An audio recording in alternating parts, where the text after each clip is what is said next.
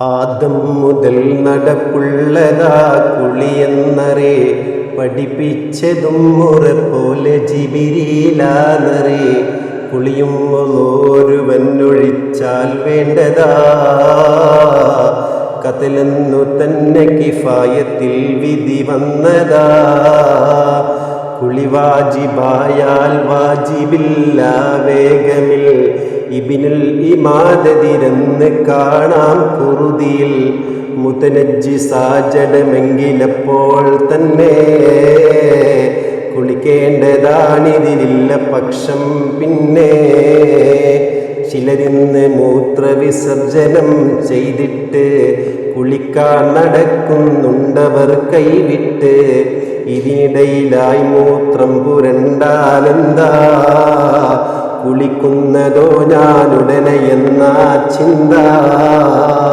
നജസിട്ടു തേക്കാൻ നിയമമില്ല തീരെയും, കഴുകുന്നുടൻ നീ എന്നിരുന്നാൽ തന്നെയും. നിസ്കാര സമയം പോകുമെന്നാൽ പിന്നെ കുളിക്കുന്ന കാര്യം വേഗമാക്കൽ തന്നെ. നട്ടുച്ച സമയത്തുള്ള കുളി നന്നല്ല, അതുപോലെ സമയത്തിലും ഗുണമില്ല. അടുക്കുന്നതല്ല റഹ്മത്തിൻ്റെ മലക്കുകൾ, ജുനുബുള്ള വീട്ടിൽ എന്ന് വന്നു ഹദീസുകൾ. കുളി വാജിബായാലോ നഖം മുറിക്കല്ലേ, അതുപോലെ തന്നൊരു രോമവും പൊഴിക്കല്ലേ.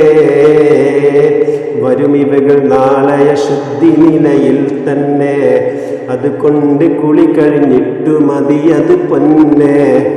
നീനഗ്നനായി കുളിക്കൽ നിഷിദ്ധം തന്നാ, കുളിമുറിയിലായാൽ തന്നെയും തുണി സുന്നാ.